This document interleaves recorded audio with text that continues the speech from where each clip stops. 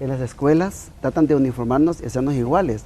Y resulta que el maestro enseña de la misma manera a los 40 o 50 que están en el salón de clases. Y ha olvidado que hay 8 inteligencias en el ser humano y que cada cipote o cipota que está ahí tiene sus propias inteligencias. Pero queremos como igualarlos en ese sentido. Sin embargo, son diferentes. En la familia, por ejemplo, es tan rica ver una familia, dice la mamá y el papá, es que ellos 3 son completamente diferentes. Si uno sale con una broma, el otro se le ocurre otra, habilidades diferentes, eso hace rica la familia. Pero imagínate que fueran todos iguales. Sí. Ya sabemos el chiste que va a contar. Ahora, entre los gemelos, y hay gemelos iguales, y hay gemelos que nacieron, pues, obviamente en el mismo contexto, en el mismo ambiente, crecieron igual, aún entre los gemelos iguales, de repente son muy parecidos, pero de repente son tienen diferentes. Algo ahí tienen experiencias diferentes entre ellos, claro. Pero lo que sucede también, y eso no solo en el contexto social, cultural, como ustedes lo han puesto, sino que en el contexto familiar. A veces se castiga lo que no es igual. Por ejemplo, qué barbaridad, tu papá no lo hacía así, tu abuelo no lo hacía así, la familia no lo hacía así. Entonces, creo yo que también en la familia ahí debemos de comenzar a valorar lo que es diferente, ¿verdad? A valorar lo que es diferente. Justamente quiero sumar lo que Margarita ha dicho, porque en la familia, centro de la sociedad. Traslademos este centro de la sociedad a las empresas. Está bien, el Código de Trabajo dice y dictamina que a igual labor, igual paga, a igual remuneración. Pero eso no exime que si tú eres diferente, tienes habilidades diferentes, habilidades que pueden ser competencias, talentos completamente diferentes, tú debes de ser valorado diferente también, debes de ser incentivado y por esa razón debería de ser legislado, porque no está legislado como tal, en los sistemas de incentivos o bonificaciones para mejorar e incrementar a esta persona en sus competencias y en sus talentos. Porque ¿qué es lo que tenemos en las escuelas? Más de lo mismo. El niño tiene que seguir una estructura. Si esa estructura, por ejemplo, si él no es lógico-matemático en su inteligencia lógica-matemática, pero él tiene una inteligencia espacial maravillosa, no es promovido, sino que es castigado porque no eres estructuralmente como deberías de ser. Entonces deberíamos de salirnos de esos contextos de la caja, aún en nuestras escuelas, en las empresas, para valorar las competencias, los talentos y las diferencias. Y también que estemos entonces ubicados en la empresa, en el área más competitiva, según nuestros talentos. Seremos más competitivos. Así es. Y seremos, hace poco acaba de salir un hijo de un inmigrante salvadoreño que ha sido invitado en la Casa Blanca, sí, porque es muy bueno en la parte lógica, matemáticas, en las matemáticas. ¿Por qué no destacar en las escuelas por diferentes tipos de inteligencias? Y Howard ya nos dijo, hay diferentes tipos y hemos sumado inteligencia emocional, inteligencia empresarial, inteligencia de negocios. ¿Por qué no vamos haciendo particiones? Porque podremos desarrollar nuestras competencias y nuestros talentos y ser diferentes.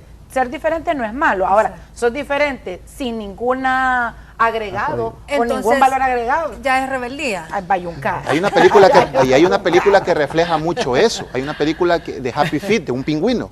Sí, Happy Feet era un pingüino que le hacían burla, era diferente. Al final lo marginaron, lo rechazaron, le hicieron bullying, de todo.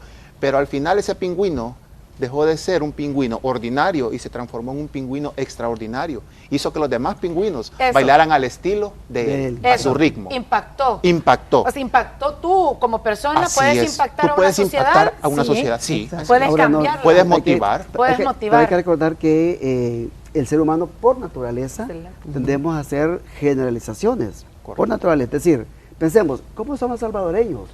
¿Y qué decimos? Trabajadores, animosos, fiesteros, pachangueros, bla, bla, bla, bla, bla, bla. Es decir, esa es la generalización como tal, ¿verdad? Sí. O decimos, ¿cómo son la juventud de ahora? Y empezamos a sacar características. ¿Cómo son las mujeres? ¿Cómo son los hombres? Generalizamos. ¿Por qué? Pero es un mecanismo propio. Porque son generación de prototipos. Es un mecanismo propio del ser humano de hacer generalizaciones, y eso está bien. La mayoría. Eso está bien. Sí, mapas mentales. Mapas mentales, correcto. Sin embargo, hay que entender que en esa generalización están las particularidades. Exacto. Y no hay que olvidarlas. Pensemos, por ejemplo, en la adolescencia. El que anda buscando tener las modas, como decía Milena. Yo me acuerdo en la adolescencia, me encantaba estar como el resto de los más hipotes que de la época, con mi pantalón acampanado, con mi cincho ancho de paz y amor, con mi pelito así, tipo hippie, ¿verdad? Yo me veía guapo. Yo que veo la foto, es una foto que me da risa. Pero en esa época era el querer ser igual, porque estamos buscando la propia identidad. Después uno empieza a hacer la particularidad como ser humano de acuerdo a las habilidades que tengo.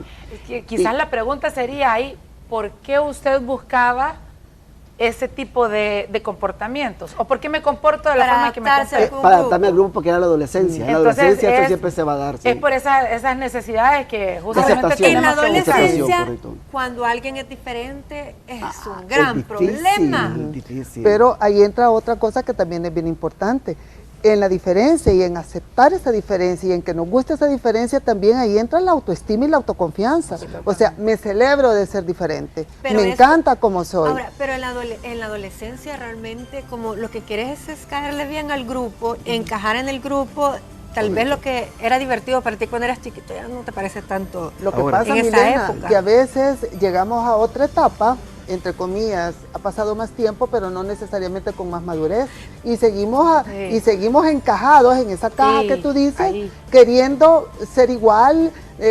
Si todos dicen que sí, pues entonces yo también digo que sí, aunque yo crea que eso no está bien. Sigo comportándome de la misma forma. Porque quiero encajar en ese, aunque ya no sea adolescente. Sigo repitiendo eso porque no me siento con la suficiente para ser aprobado. Fuerza, porque quiero aprobación, quiero aplausos, o simplemente digo, no quiero problemas.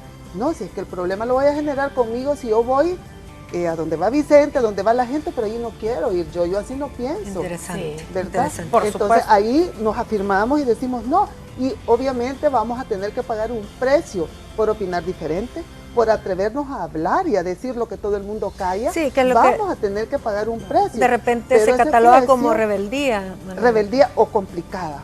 Esa persona es complicada. No necesariamente. Quizás lo más complicado es no decir lo que yo siento y lo que yo pienso, porque dejo de ser auténtica.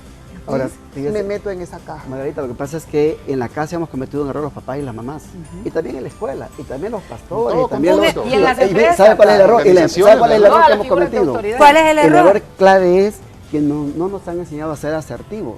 Nos por han enseñado supuesto. a callar ante la autoridad. Correcto. Cuando el hijo aprende a decir no o sí, estos son mis derechos, estos son mis deberes, y lo asume y lo aprende, cuando llega a la empresa va a ser igual. Cuando Porque llega dame a la escuela- argumentos, porque por hay el una sí o por el asertividad, no. pero es una habilidad que hay que aprenderla. Pero cuando el cipo te dice no, aquí mando yo y ¡pum! ¿Verdad? Espere eso. ¿Por qué no? Totalmente. Hablemoslo. Pero ahora con las Pero tiene nuevas que ver con la generaciones, asertividad. Y en la casa, miren, en la empresa, usted sabrá eso, Sí. en la empresa hay demasiados Miedos. jefes autoritarios, papás, Total. déspotas, y demasiados subalternos, sumisos, Miedo. metidos en el fango por el miedo a que la autoridad, papá, Exacto. lo Miedo reprenda. porque Sí. no son maduros, emocionalmente Exacto. hablando. No hay madurez. Pero y al eso- no haber madurez, Pero te acoplas. todavía estos jefes autoritarios quizás no son de esta nueva generación. Eso Exacto. hablábamos. Es No que son de nueva generación.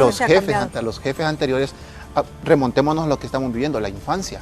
Fueron criados en un estilo de crianza cuadrado, dogmático. sí. Entonces, ellos Esa es la crecieron con ese generación patrón, X. generación X o la generación baby boomer. Ay, sí, Sí. los ¿Verdad? baby boomers, Entonces, sí. pero ¿qué sucede sufridos. con las nuevas generaciones? Hoy las organizaciones saben que hay que desarrollar y explotar el máximo potencial de las personas que son diferentes. Hay organizaciones que no les interesa que tú tengas un tatuaje y seas un profesional. Lo que les interesa es el capital intelectual y qué estás aportando tú Correcto. para una organización.